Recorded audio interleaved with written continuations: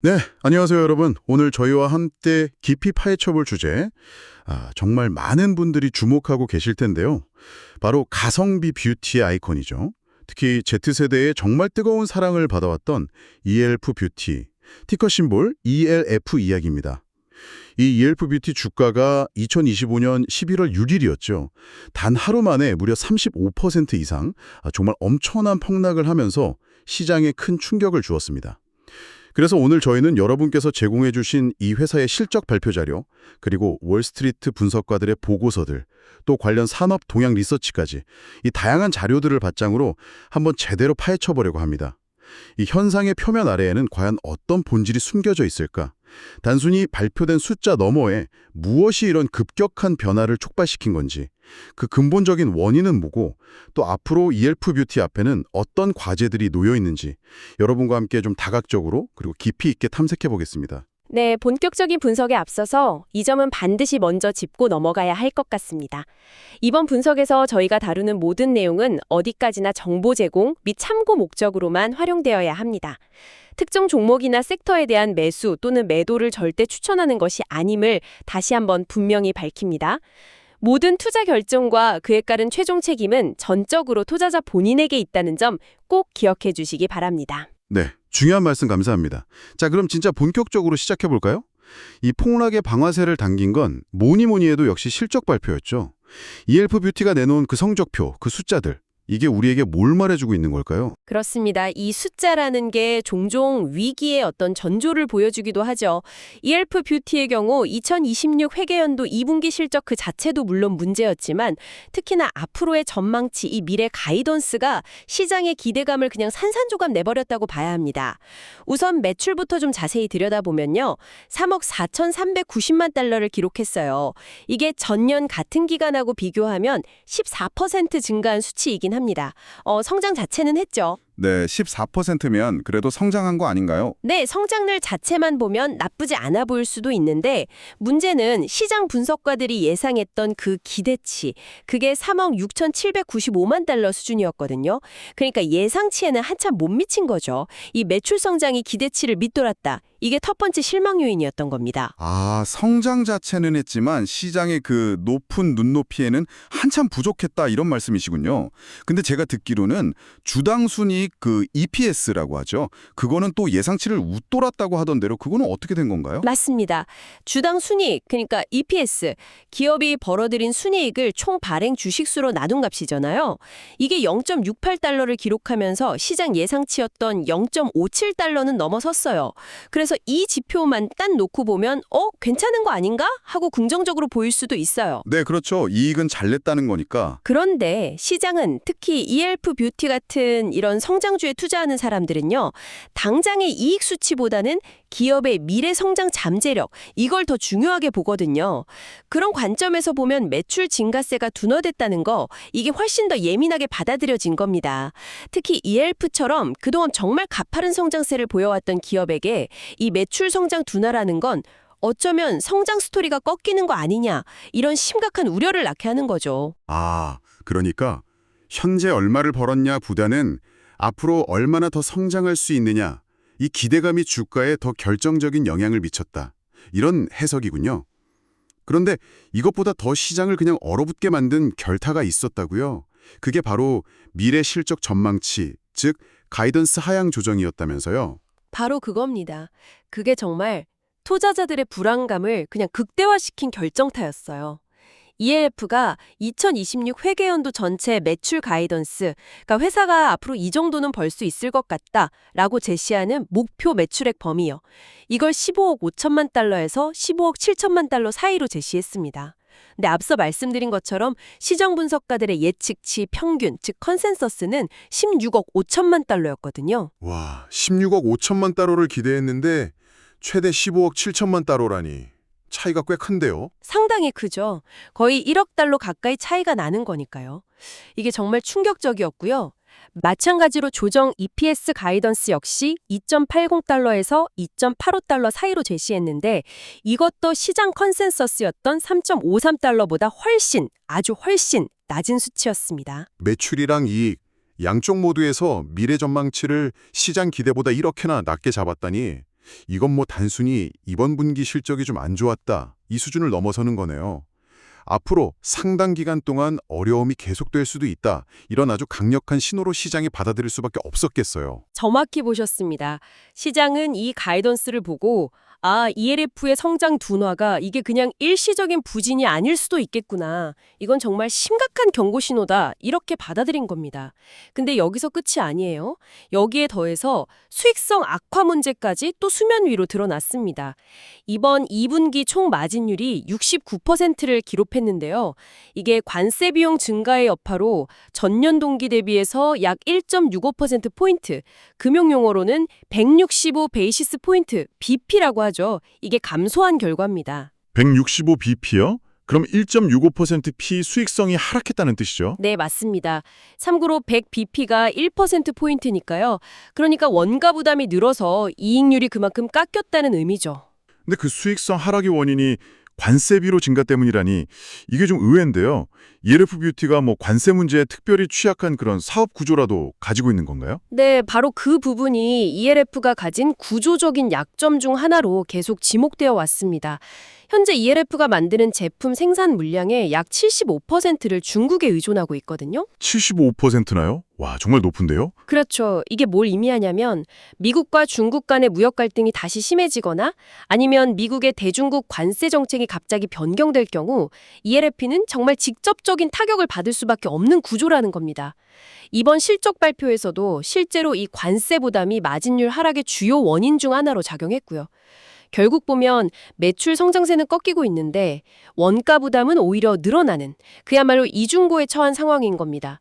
이러니 기업의 근본적인 이익 창출 능력에 대해서 시장의 의구심이 커질 수밖에 없는 거죠. 정리가 좀 되네요.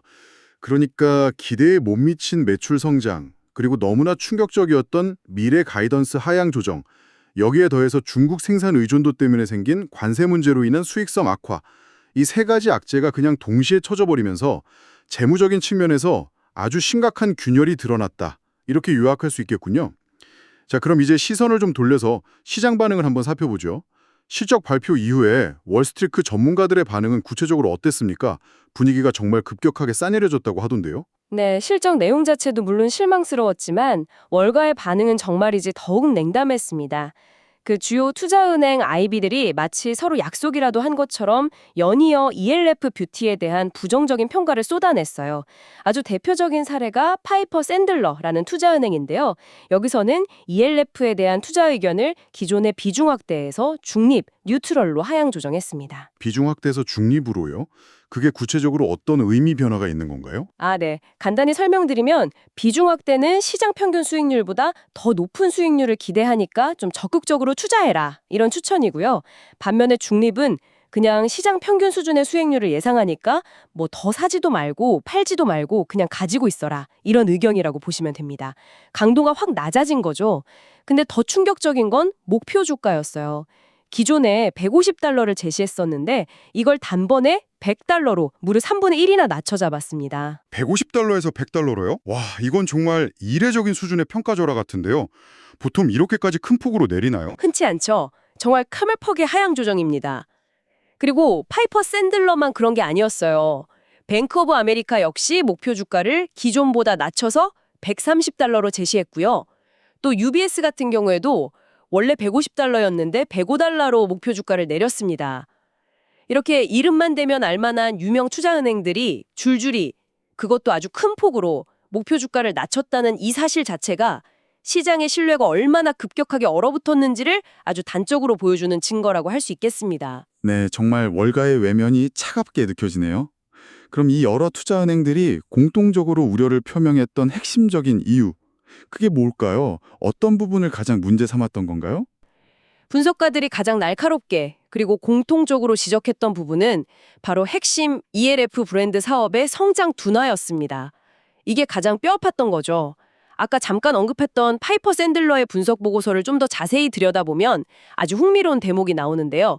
이 보고서에서 뭘 비교했냐면 ELF가 최근에 인수한 브랜드 있죠. 그 헤일리 비버가 만들어서 유명해진 프리미엄 스킨케어 브랜드 로드. 이 로드 브랜드는 2026 회계연도에 무려 40%라는 아주 높은 성장률을 기록할 것으로 예상하면서도 정작 ELF의 본업이가 핵심인 기존 ELF 브랜드 사업은 같은 기간 동안 고작 3-4% 성장에 그칠 것이다. 이렇게 전망을 했어요. 와, 그 대비가 엄청나네요. 야심차게 돈 들여서 인수한 신규 브랜드는 막 40%씩 고성장하는데 정작 회사의 근간이라고 할 수 있는 그 본업, 핵심 ELF 브랜드의 성장은 거의 멈춰버릴 거다. 이런 예측이군요. 이건 정말 투자자들 입장에서 상당히 심각하게 받아들여질 수밖에 없겠는데요. 네, 바로 이 지점 때문에 분석가들이 실망스럽다. 핵심 사업이 이렇게 둔화되는 상황에서는 더 이상 높은 가치, 즉 프리미엄을 부여하기는 어렵다. 이런 냉정한 평가들을 내놓은 겁니다. 다시 말해서 시장은 더 이상 M&A, 그러니까 인수합병을 통해서 겉으로 보이는 외형 성장만으로는 만족하지 못한다는 거죠. 이제는 ELF 뷰티 본연의 사업, 즉 자기 힘으로 성장하는 능력, 이 유기적 성장 능력에 대해서 근본적인 의문을 제기하기 시작했다는 아주 중요한 신호로 읽어야 합니다. 결국 M&A가 핵심 사업의 부진을 언제까지 가려줄 수 있겠느냐 이런 근본적인 질문에 딱 봉착하게 되는군요. 그렇죠. M&A는 분명 성장의 한 축이 될 수 있지만 본업이 흔들리면 그 효과도 반감될 수밖에 없으니까요. 아, 월가의 시선이 얼마나 차갑고 또 얼마나 날카롭게 바뀌었는지 정말 실감이 납니다. 그런데 말이죠. 이런 어려움이 단순히 ELF 뷰티라는 이 개별 기업만의 문제일까요? 아니면 혹시 우리가 몸담고 있는 이 뷰티 산업 전체의 어떤 거대한 흐름과도 관련이 있는 건 아닐까요? 특히 ELF 성공 신화의 어떻게 보면 일들공신이었던 그 Z세대, 이 Z세대의 마음이 변하고 있는 건 아니냐 이런 이야기도 슬슬 나오는 것 같던데요. 네, 아주 중요한 질문을 해주셨습니다. ELF가 지금 직면한 이 도전은 단순히 개별 기업의 이슈일 뿐만 아니라 뷰티 산업 전반의 어떤 구조적인 변화와도 아주 깊숙하게 연결되어 있다고 봐야 합니다. 뷰티 산업의 경쟁 환경을 한번 좀 거시적으로 보면요. 우리가 경영학에서 많이 쓰는 분석 틀 있죠. 경쟁 전략의 대가인 마이클 포터가 만든 그 5가지 경쟁 요인 분석 틀, 포터즈 5 Forces로 간단하게 좀 진단해 볼 수 있는데요. 아, 포토의 5가지 경쟁 요인 모델이요? 신규 진입자의 위협, 기존 경쟁자 간 경쟁 강도, 공급자 교섭력, 구매자 교섭력, 대체제 위협, 이거 맞죠? 네, 맞습니다. 바로 그 5가지 힘인데요. 뷰티 시장을 이 틀로 분석해보면 5가지 힘이 전부 다 상당히 강하게 작용하는 시장입니다.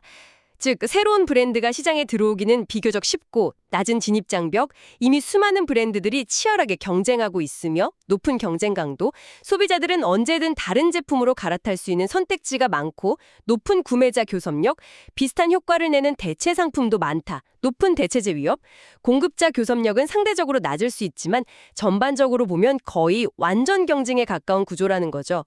한마디로 표현하면 정말 매우 치열한 전쟁터, 레드오션이다. 이렇게 볼 수 있습니다. 올해도 뷰티 시장의 경쟁이 치열했지만 최근 들어서 그 강도가 더 세진 어떤 특별한 요인이라도 있을까요? 네, 몇 가지 요인이 좀 복합적으로 작용하고 있다고 봅니다. 우선 한국의 K-뷰티 브랜드들이 정말 혁신적인 제품력과 또 독특한 마케팅 방식으로 글로벌 시장에서 무섭게 성장하고 있잖아요. 이게 기존 강자들에게 상당한 위협이 되고 있고요. 동시에 가격 경쟁력을 앞세운 중국의 로컬 뷰티 브랜드들, 소위 C뷰티라고도 하죠. 이 브랜드들도 자국 시장에서의 성공을 바탕으로 이제 해외 시장으로 그 영향력을 빠르게 넓혀가고 있습니다. 아, K뷰티의 C뷰티까지 정말 사방에서 경쟁자들이 밀려오는 형국이군요. 그렇죠. 이런 극심한 경쟁 환경에서는 ELF가 한때 립오일 같은 특정 히트 상품 하나로 큰 성공을 거뒀다고 해도 그 성공이 계속 이어지기는 정말 어렵습니다. 왜냐하면 경쟁자들이 금방 비슷한 콘셉트의 제품을 더 싸게 내놓거나 혹은 다른 매력적인 요소를 살짝 더해서 금방 추격해오기 때문이죠. 이런 단발성 히트 상품만으로는 장기적인 성장을 담보하기가 굉장히 힘든 구조가 되어버렸습니다. 경쟁 환경이 정말 숨막힐 정도네요. 그럼 소비자 쪽, 특히 그 Z세대의 트렌드 변화는 좀 어떤가요? 이들의 마음이 떠날 수도 있다는 점이 계속 좀 마음에 걸리는데요. 소비자 쪽에서도 몇 가지 아주 중요한 변화가 감지되고 있습니다. 첫째는 코로나19 팬데믹 기간 동안에는 사실 사람들이 집에 머무는 시간이 늘면서 어떻게 보면 뷰티 시장이 예상 외의 호황을 누렸었거든요. 그런데 이제 엔데믹으로 전환된 이후에는 전반적으로 그 성장세가 좀 둔화되는 추세에 접어들었다는 점입니다. 둘째는 지금 계속되고 있는 인플레이션 문제인데요. 물가가 계속 오르니까 사람들의 실질적인 가처분 소득이 줄어들잖아요. 그러다 보니 소비자들이 화장품처럼 당장 꼭 필요하지 않은 비필수 소비재에 대한 지출부터 우선적으로 줄이려는 경향을 보이고 있다는 겁니다. 소비 여력 자체가 좀 줄어들고 있다는 거군요. 그럼 ENF의 핵심 고객층이었던 그 Z세대는 이런 변화에 구체적으로 어떻게 반응하고 있다고 봐야 할까요? 바로 그 점이 ELF에게는 가장 큰 리스크 요인 중 하나라고 할 수 있습니다. 우리가 흔히 Z세대라고 부르는 이 젊은 소비자들은요, 최신 유행에 정말 극도로 민감합니다. 그리고 새로운 브랜드나 제품을 시도하는 데 있어서 거의 주저함이 없어요. 이게 뒤집어서 말하면 특정 브랜드에 대한 충성도가 상대적으로 매우 낮다는 의미이기도 합니다. 아, 그러니까 오늘은 이 브랜드가 좋다고 열광하다가도 내일은 또 다른 더 새롭고 핫한 브랜드로 쉽게 옮겨갈 수 있다 이런 거군요. 네, 정확합니다. ELF는 그동안 정말 트렌디한 제품과 합리적인 가격, 이 두 가지로 Z세대의 마음을 사로잡아 왔지만 이들의 관심이 언제든지 더 새롭고 더 매력적으로 보이는 다른 브랜드로 옮겨갈 수 있다는 그 위험이 점점 더 커지고 있는 겁니다. 요즘 틱톡 같은 소셜미디어 플랫폼 보면 유행이 정말 눈 깜짝할 사이에 바뀌잖아요. 그걸 보면 이 Z세대의 변덕스러움 혹은 빠른 트렌드 변화를 정말 실감할 수 있죠. 네, 듣고 보니 마치 패스트 패션처럼 뷰티 제품도 굉장히 빠르게 소비하고 또 계속해서 새로운 것을 찾는 그런 경영이 점점 강해지는 것 같다는 생각도 드네요. 어떻게 보면 ELF의 가장 큰 강점 중 하나였던 그 트렌디함이라는 것이 오히려 이 빠른 트렌드 변화 속도 앞에서는 약점으로 작용할 수도 있겠다 이런 생각도 듭니다.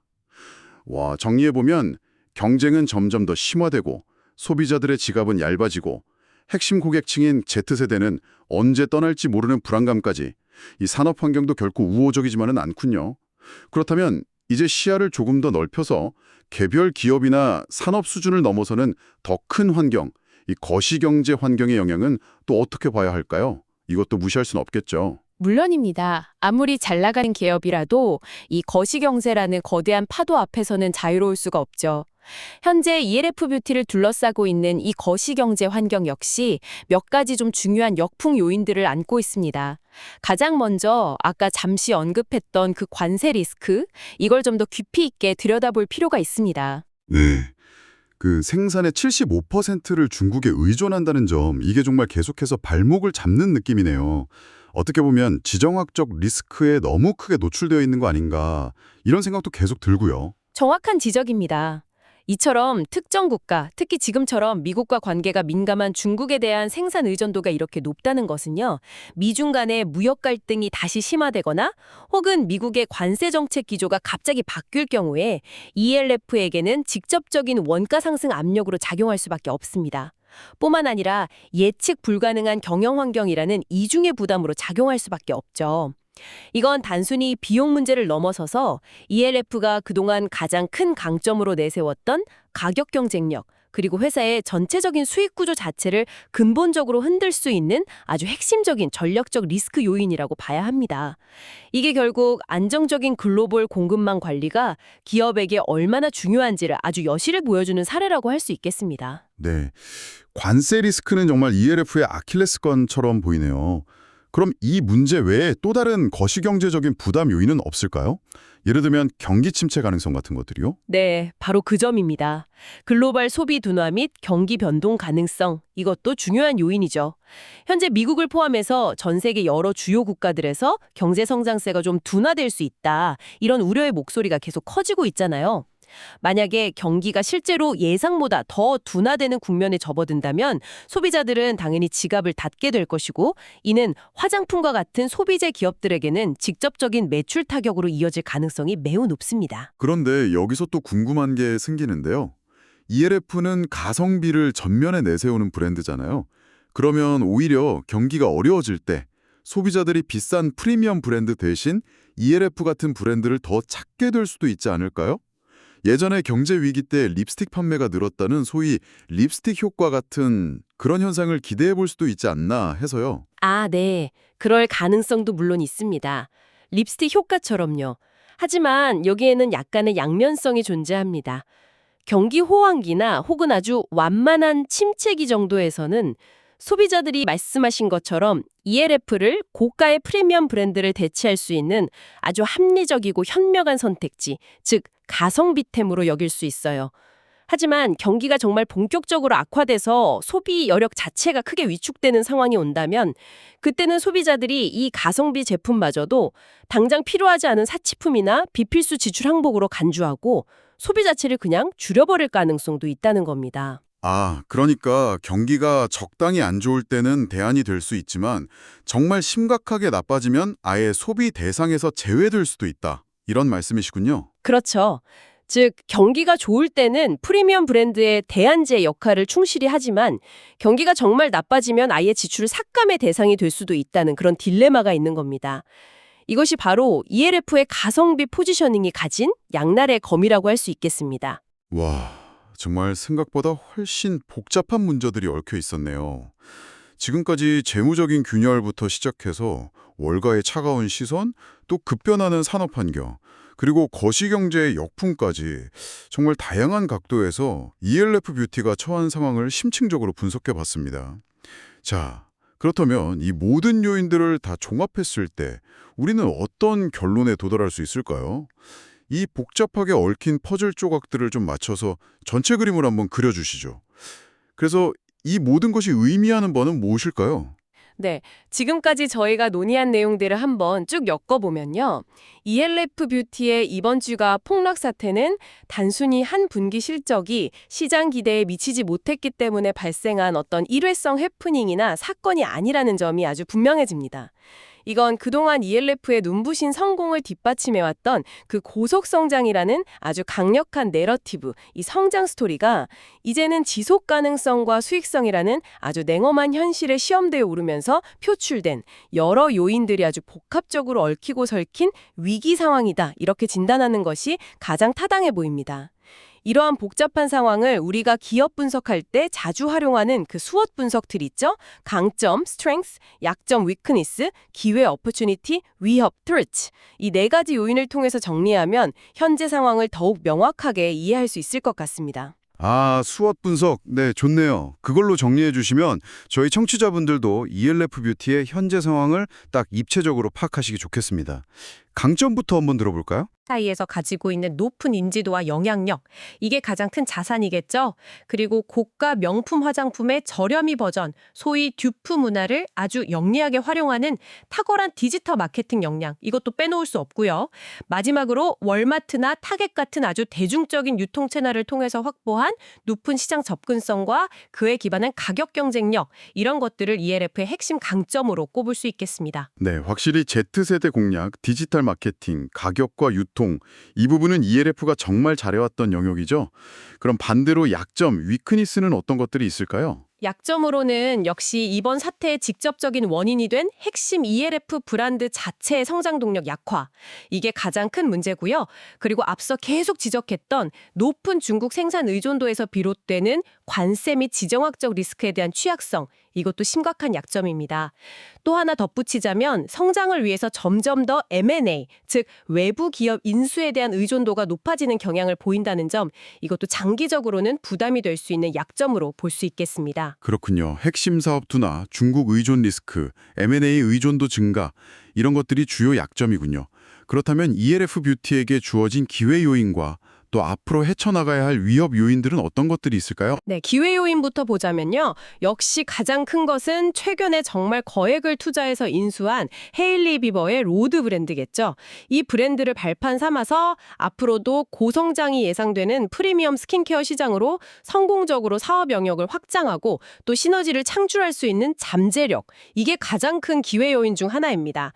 그리고 아직 ELF의 시장 침투율이 상대적으로 낮은 유럽이라든지 다른 해외 시장에서의 성장 가능성도 여전히 남아있고요. 또한 기존 ELF 브랜드 외에 다른 다양한 브랜드를 추가로 인수하거나 혹은 자체 개발해서 포트폴리오를 좀 다각화하고 고객층을 넓힐 수 있는 그런 여지도 기회 요인이라고 할 수 있겠습니다. 로드 인수 효과, 해외 시장 확장, 포트폴리오 다변화, 이런 기회들이 있군요. 그럼 마지막으로 위협 요인은요? 위협 요인으로는 앞서 저희가 정말 자세히 살펴본 것처럼 날이 갈수록 치열해지는 시장 경쟁 환경과 또 끊임없이 등장하는 새롭고 매력적인 경쟁 브랜드들, 이게 가장 큰 위협이겠고요. 그리고 글로벌 경기도나 가능성에 따라서 소비 심리가 위축될 수 있다는 점, 이것도 무시 못할 위협입니다.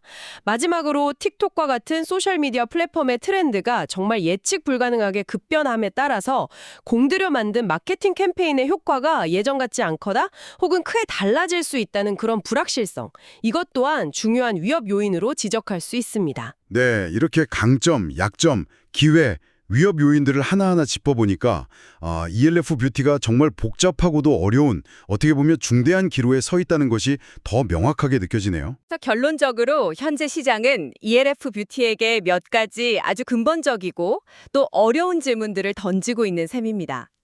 첫째, 성장세가 눈에 띄게 꺾인 핵심 ELF 브랜드의 성장 엔진을 과연 어떻게 다시 점화시킬 것인가?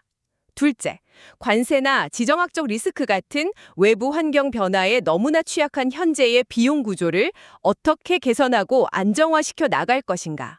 그리고 셋째, 로드 인수와 같이 막대한 비용을 투입한 M&A가 단기적인 재무 부담을 넘어서서 장기적으로 회사 전체의 성장과 수익성에 어떤 구체적인 시너지를 가져다 줄 수 있는지, 그것을 어떻게 시장에 설득력 있게 증명해 보일 것인가. ELF 뷰티는 이제 이 세 가지 핵심 질문들에 대해서 정말 설득력 있는 답변과 또 구체적인 실행 계획을 시장에 제시해야만 하는 그런 중대한 기로에 서 있다고 볼 수 있습니다. 듣고 보니 어떻게 보면 그동안 너무 앞만 보고 정말 빠르게 달려왔던 트렌디한 고성장주에서 이제는 한 단계 좀 성숙해서 내실을 다지고 지속 가능한 성장을 고민해야 하는 성숙 단계의 가치주로 이행해가는 과정에서 필연적으로 겪게 되는 그런 성장통이라고 해석해 볼 수도 있겠군요. 네, 충분히 그런 관점에서 바라볼 수도 있습니다. 성장주가 성숙주로 넘어가는 과정에서 나타나는 자연스러운 현상일 수도 있다는 거죠. 하지만 중요한 것은 ELF 뷰티 경영진이 현재 직면한 이 도전 과제들을 그냥 회피하지 않고 정면으로 마주하면서 이를 극복하기 위한 명확한 비전과 또 구체적인 전략을 시장과 적극적으로 소통하는 자세입니다. 단순히 과거의 성공 방식에만 안주할 것이 아니라 이제는 변화된 시장 환경에 발맞춰서 새로운 성장 스토리를 써내려가고 또 그 가능성을 구체적인 성과로 입증해야만 합니다. 그렇지 못한다면 이번 사태로 한번 크게 흔들린 투자자들의 신뢰를 다시 회복하기까지는 정말 상당한 시간과 노력이 필요할 것으로 예상됩니다. 네, 오늘 저희의 이 깊이 있는 분석을 통해서 ELF 뷰티 주가의 그 급격한 하락 이면에는 단순히 한 분기 실적이 좀 안 좋았다는 것을 훨씬 넘어서는 아주 복잡하고 다층적인 요인들이 얽히고 설켜 있다는 것을 확인할 수 있었습니다. 재무적인 문제뿐만 아니라 시장 참여자들의 심리 변화, 또 빠르게 진화하는 산업 트렌드, 그리고 더 큰 거시 경제 환경의 영향까지 정말 다양한 요소들이 서로 상호작용하면서 만들어낸 결과였네요. 오늘 저희가 함께 나눈 이 깊이 있는 이야기가 청취자 여러분께서 ELF 뷰티 사태를 좀 더 입체적으로 이해하시는데 조금이나마 도움이 되었기를 진심으로 바랍니다. 자, 그럼 오늘 분석을 마무리하면서 청취자 여러분께 마지막으로 한번 생각해볼 질문을 던져드리고 싶습니다. ELF 뷰티가 다시 한번 Z세대를 포함한 그 폭넓은 소비자층을 열광시키고 또 지속 가능한 성장을 증명해내기 위해서 기존의 가장 강력한 무기였던 가성비라는 그 매력 외에 과연 어떤 새로운 가치와 매력을 보여주어야 할까요? 그리고 회사의 미래 성장 동력으로 정말 큰 기대를 모으고 있는 그 프리미엄 스킨케어 브랜드 로드가 과연 ELF 뷰티에게 새로운 돌파구를 열어주는 게임 체인저가 될 수 있을지 여러분의 생각은 어떠신가요? 이 질문들을 한번 깊이 고민해 보시는 것도 아주 흥미로운 시간이 될 것 같습니다. 다시 한번 말씀드리지만 투자 판단의 최종 책임은 투자자 본인에게 있다는 점을 명확히 말씀드립니다. 저희는 단순 참고용 정보나 분석을 제공할 뿐 특정 종목이나 섹터에 대해 매수나 매도를 절대 추천하는 것이 아닙니다. 항상 여러분의 성공 투자를 기원합니다. 내용이 좋으셨다면 구독, 좋아요 부탁합니다.